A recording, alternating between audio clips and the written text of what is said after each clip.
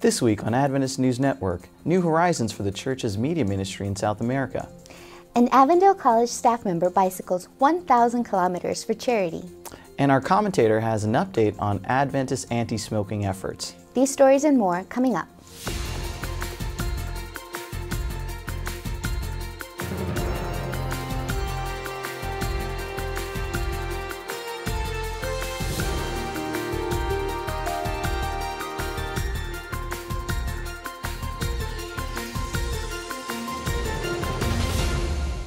First in the news, Adventist World Church President Ted Wilson recently put his foot down, literally. Wilson and church leaders in South America left their footprints on maps of the region at a ceremony this month.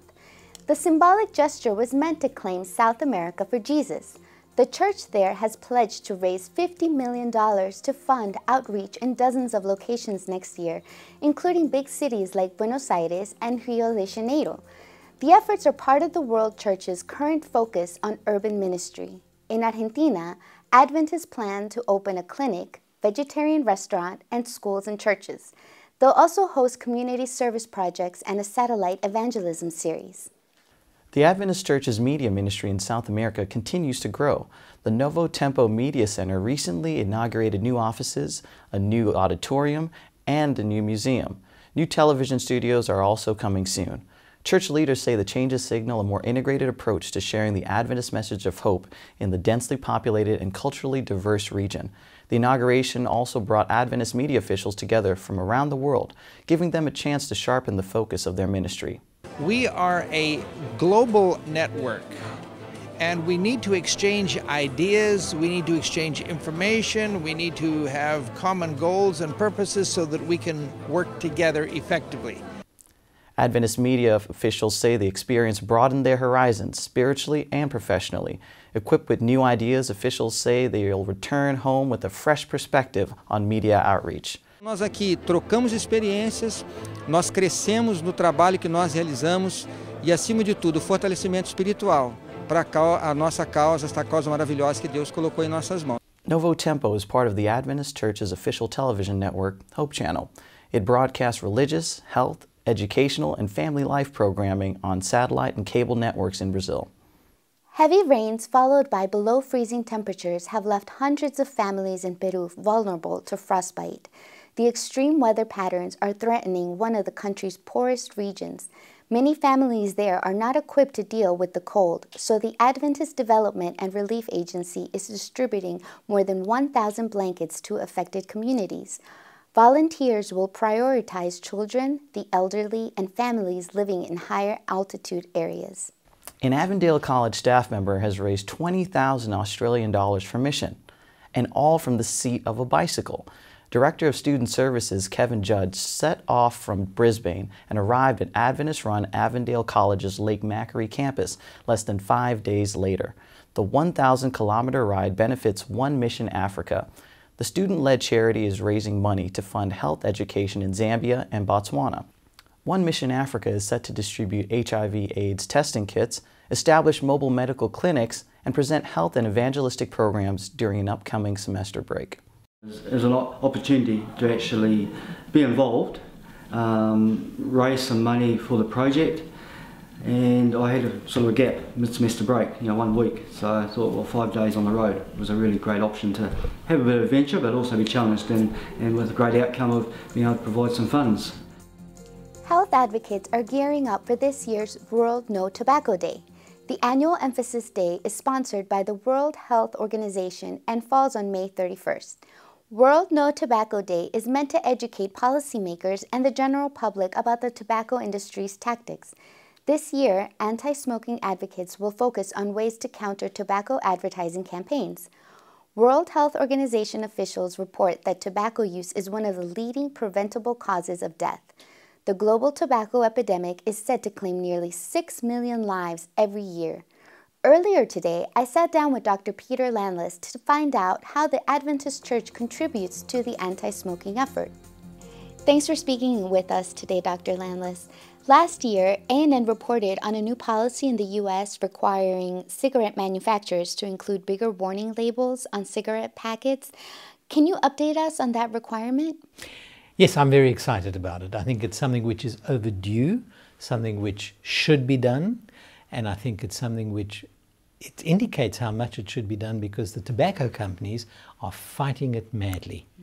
So it's a great thing that's being done. It's not being accepted by everybody, but it needs to be done.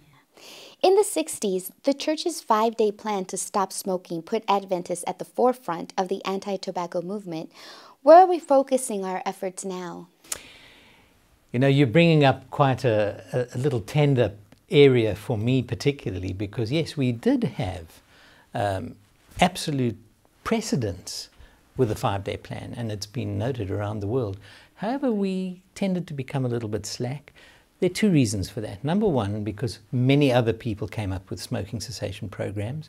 And of course, with the media developing the way they have, you can get in on a chat room, you can get this constant going to an interactive website where you can get help for smoking. The other thing, and we've maybe lost a little enthusiasm because people who could readily give up smoking give up quite easily with something like Breathe 3 or the 5-day plan. But we're left with a hardcore group. It's much more difficult for them. In recent years, the Adventist Church has been partnering with the World Health Organization to promote community health. What results are we seeing so far? You know, we're not at the point where we're seeing huge results yet, but what we are seeing is extensive collaboration with the Pan American Health Organization, which is the which was actually the founding organization prior to the World Health. We have extensive collaboration going on in South America particularly, but all over the world there is an increased interest because if we don't decrease the number of people who are smoking and only focus on ceasing initiation, we're not going to win this battle. Thank you, Dr. Landless. When we come back after the break, find out what's inside the upcoming issue of Adventist Review.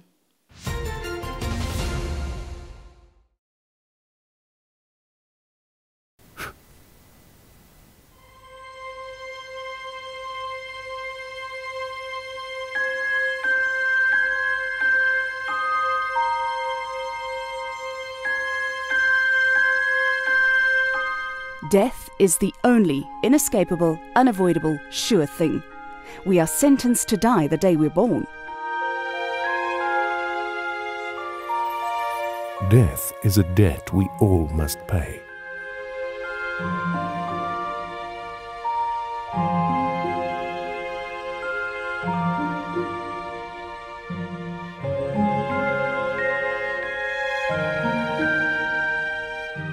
Some people are so afraid to die that they never begin to live.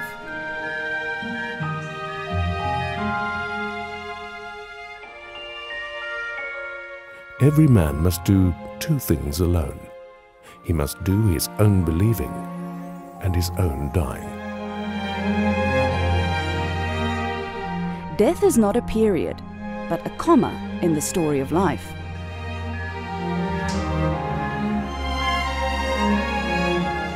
He will wipe every tear from their eyes.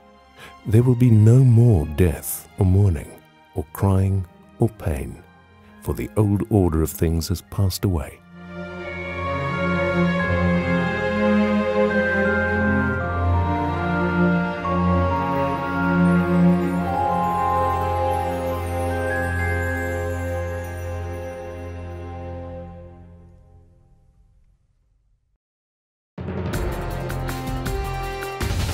Welcome back. Here's Kimberly Moran with a preview of this month's issue of Adventist Review. This week's Adventist Review is a treat for our readers. I'm not sure where to start. This is our special summer issue, which is jam-packed with stories on summer camp, NAD camp meeting, vacation Bible school, summer reading suggestions, recipes, historical Adventist locales to visit, and things to do on Sabbath afternoons, whether you're staying home or going on vacation. And did I mention the recipes we've included from Review staff members? Our May 24 issue has all of this and more. It's 48 pages of summer reading. Be sure to check out our camp meeting story by Celeste Perino Walker, our devotional by Gerald Klingbeil, and a short history of summer camp by Bill Wood. Also, take a look at the photos we've included showing summer camp and several unusual NAD camp meetings.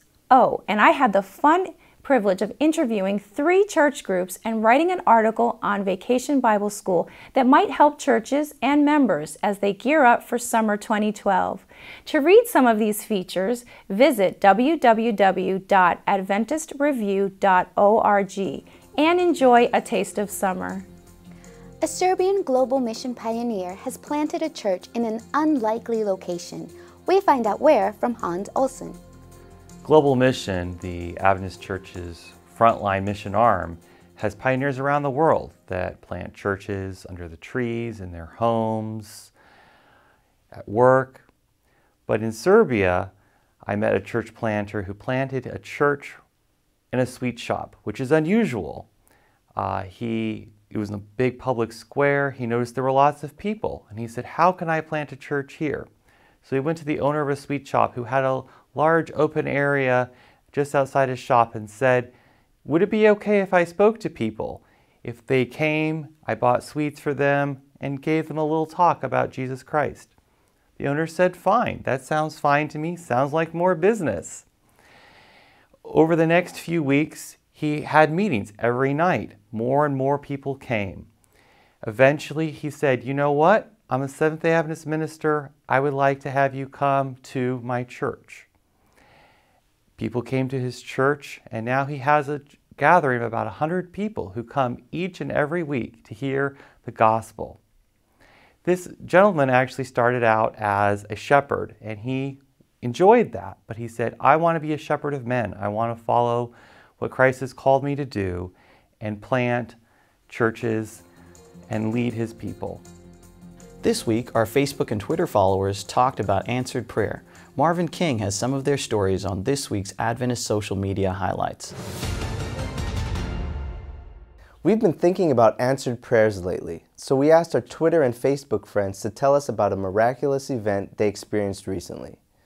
On Twitter, iCount123 says, "God protected me from a poisonous snake bite." D. Homestock thanks God for his assistance in getting out of debt. He says faithful tithe yields God's bigger blessing.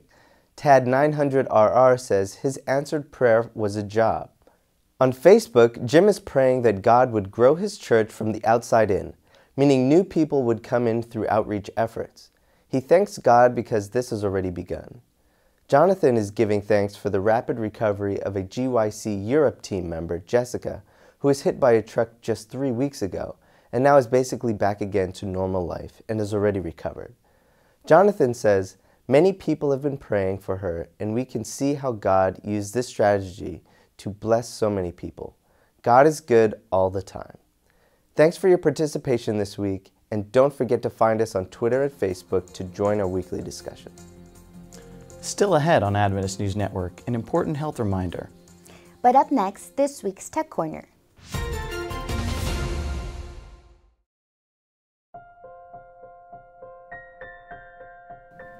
As I read through the Great Hope, I came across this passage that gives me hope. Jesus was stretching out his arms of love, inviting all who would to find pardon and peace in him. The hosts of darkness saw that they did not possess unlimited control, and they understood that if Christ's mission should be successful, their rule was soon to end. This chapter talks about the hosts of heaven who fell, who now inhabit this earth and live around us and would like nothing more than to see our ultimate destruction. But the chapter also gives us hope because it says that Christ will send his good angels to encamp around us and to protect us from them. And that image of Christ with his arms outstretched not only suggests a hug to me, but also Christ on the cross, because he gave his life that we might live.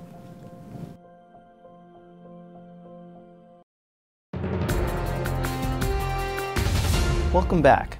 Want to stay connected to your Adventist church family around the world? Andrew King shows us how on this week's Tech Corner. Keeping up to date with the Seventh-day Adventist community of faith around the world can be overwhelming. Let me give you a few ways you can stay in touch with the Adventist News using the web. First, log on to Adventist News Network website by visiting news.adventist.org. A&N writes all our stories in English, but we also work hard to translate these stories into 3 other languages. At the top of the page, you can see links for English, Spanish, French, and Portuguese. As you look down the page, you can see the most recent articles on the left, and on the right are all the past video clips for the program you're watching right now. So if you ever saw a video and wanted to share it with someone, you can easily find it on our website. Speaking of finding stories, there are two ways to find what you are looking for. First, search for a keyword at the top of the page. This finds what you type within all of our news stories going back to 1995. The second way is to browse. Scroll down to the bottom of the page. Here you can see different categories of news, as well as news from different regions of the world. And finally, at the very bottom of the page, if you enter your email address, we will send you one email per week with all the news. This is a very easy way to stay connected with the Adventist Church around the world. Adventist Women's Ministry leaders are encouraging daily Bible study with a new resource for personal and small group use. We asked Raquel Ahais to preview the department's Bible study guide.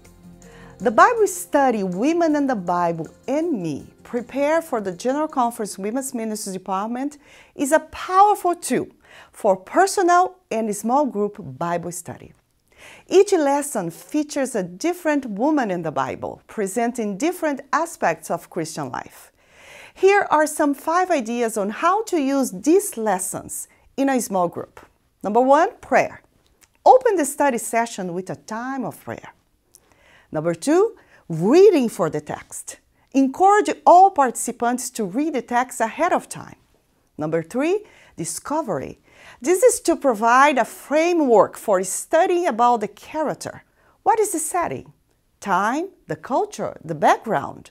What does it say about Jesus and God's character? Number 4, words for today. Encourage participants to apply the discoveries to their own lives. Number 5, questions for discussion.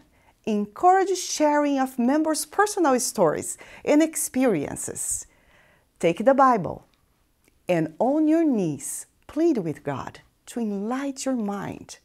If you would study the Bible diligently and prayerfully every day, we should every day see some beautiful truth in a new, clear, and forcible light. Do you know what your blood pressure is? Our resident doctors demonstrate why you should on this week's health feature. Wow, Henry Sides, you have a very sophisticated sphygmomanometer blood pressure cuff. Yeah, you see, I don't just work with tape measures. This is a very good one. Press that button and you'll see my blood pressure will be recorded there. Oh, yeah. Blood pressure is very important to record. Everybody should know what their blood pressure is. There are 2 numbers that come up, the high number called systolic blood pressure and the low number called diastolic. If either one of them is elevated, you may be in trouble. So everybody should know their blood pressure and go and see their doctor. If it's above 130, it could be a problem. And if it's above 90, it's a problem. So what's my blood pressure? Well, it's still counting. Well, it's please, hurry up, machine. The television viewers can't wait. It is 146/96. Man, I tell you, being on TV really scares me. Yeah, it's usually 120.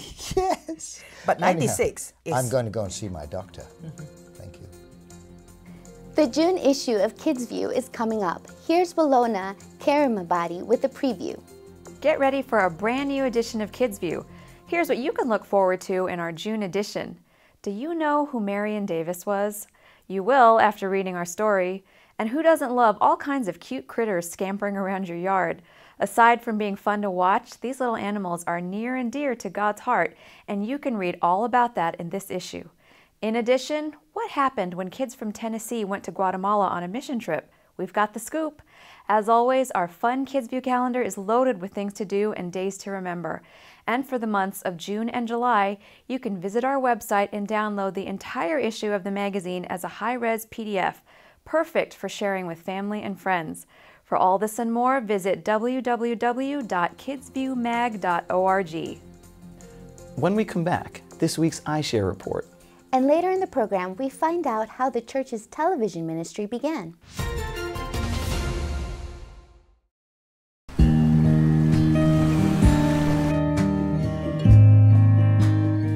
Every hour of every day, someone, somewhere, is praying for the outpouring of the Holy Spirit.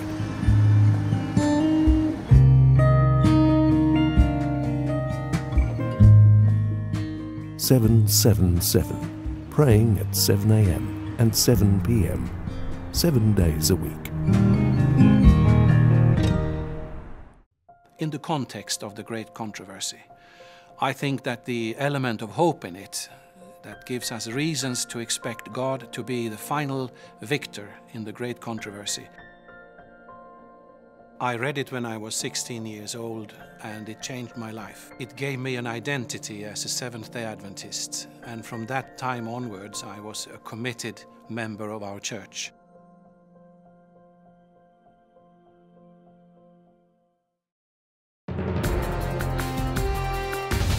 Welcome back. Let's turn to Sergio Gonzalez to find out what news you reported this week.